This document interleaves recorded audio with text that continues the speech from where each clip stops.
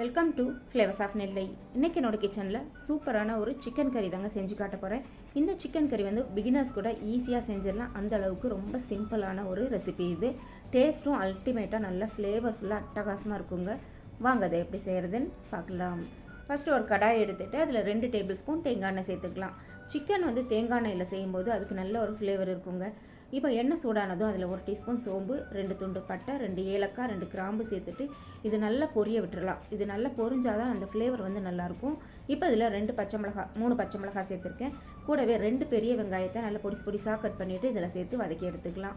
வெங்காயம் வந்து நல்லா வதங்கணும். ஒரு 2-3 நிமிஷத்துக்கு இதை நல்லா மீடியம் ஃப்ளேம்லேயே வச்சு வதக்கி எடுத்துக்கலாம். வெங்காயம் இந்த அளவுக்கு நல்லா வதங்கணுங்க. அப்போ தான் அது கிரேவியில் கரைஞ்சி வெங்காயம் இருக்கிற அடையாளமே தெரியாமல் இருக்கும். கிரேவி ரொம்ப நல்லாயிருக்கும். இப்போ இதில் 1.5 டேபிள் ஸ்பூன் அளவுக்கு இஞ்சி பூண்டு பேஸ்ட்டு சேர்த்துட்டு இதை நல்லா வதக்கி விட்டுக்கலாம்.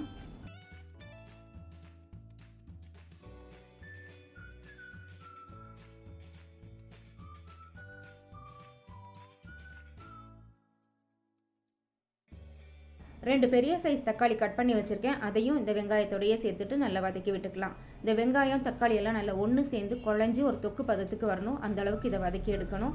இப்போ இது சீக்கிரம் வேகணும் அப்படிங்கிறதுக்காக ஒரு 1/2 டீஸ்பூன் உப்பு இதில் சேர்த்துக்கிறேன். இப்போ இதை மூடி போட்டு ஒரு 2 நிமிஷத்துக்கு வச்சுட்டோம் அப்படின்னா சீக்கிரமே வெந்துடும்.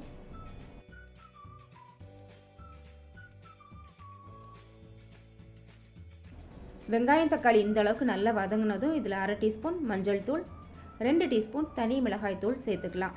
யூஸ்வலாக நான் மிளகாய் தூள் அரைக்கும் போது நார்மலான அந்த மிளகாயோட அதுக்கு பாதி அளவுக்கு காஷ்மீரி மிளகாயும் சேர்த்து அரைக்கிறதுனால இதில் காரமும் இருக்கும், நல்ல ஒரு கலரும் இருக்கும்.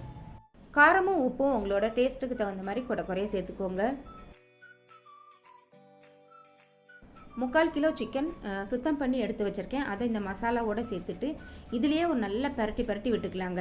இந்த மாதிரி செய்கிறதுனால சிக்கனில் இருக்கிற தண்ணியெல்லாம் வெளியில் வரும். அதனால் சிக்கன் வந்து சீக்கிரமாகவும் வேகும். அதே சமயம் இந்த மாதிரி செய்யும்போது சிக்கன் வந்து டேஸ்டியாகவும் இருக்கும். மசாலாலாம் நல்லா பரட்டி விட்டதும் இதை மூடி போட்டு ஒரு 5 நிமிஷத்துக்கு வேக விடணும். இடையில அப்பப்போ நம்ம இதை கிளறியும் கொடுக்கணும்.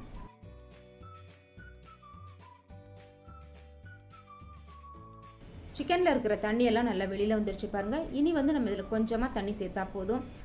இப்போ இதுக்கு தேவையான அளவுக்கு உப்பு சேர்த்துக்கலாம். நான் 1 டீஸ்பூன் சேர்க்குறேன். நம்ம ஏற்கனவே கொஞ்சம் உப்பு சேர்த்துருக்கோம், அதனால் பார்த்துட்டு சேர்த்துக்கோங்க.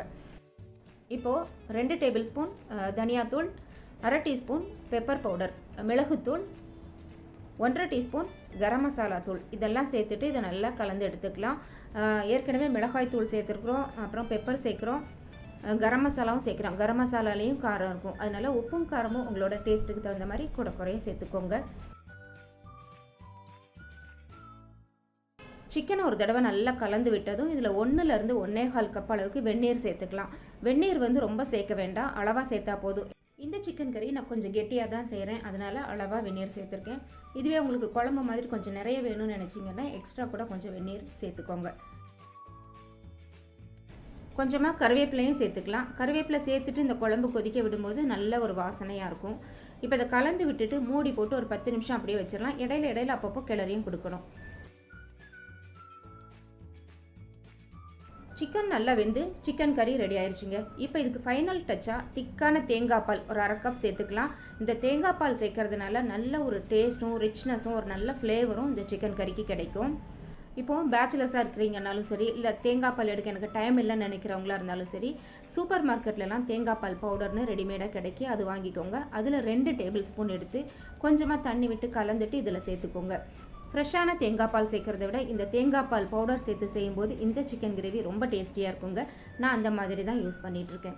இப்போ தேங்காய் பால் சேர்த்ததுக்கப்புறம் ரொம்ப நேரம் கொதிக்கக்கூடாது.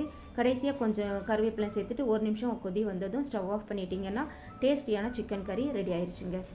நீங்களும் காரசாரமான இந்த சிக்கன் கறியை ஒரு தடவை ட்ரை பண்ணி பாருங்கள். உங்கள் எல்லாருக்குமே ரொம்ப பிடிக்கும். இந்த சிக்கன் கறி வந்து சாதம், சப்பாத்தி, இட்லி, தோசையோடலாம் சேர்த்து சாப்பிட ரொம்ப அட்டகாசமாக இருக்குங்க. கட்டாயம் ட்ரை பண்ணி பாருங்கள். இந்த சிக்கன் கறி ரெசிபி உங்களுக்கு பிடிச்சிருந்தா மறக்காமல் உங்களோட லைக்ஸ் கமெண்ட்ஸ் எனக்கு கொடுங்க. ஃபஸ்ட் டைம் என்னோட சேனல் பார்க்குறீங்களா? அப்போ மறக்காமல் என்னோட சேனலை சப்ஸ்கிரைப் பண்ணி சப்போர்ட் பண்ணுங்கள். தேங்க்ஸ் ஃபார் வாட்சிங்.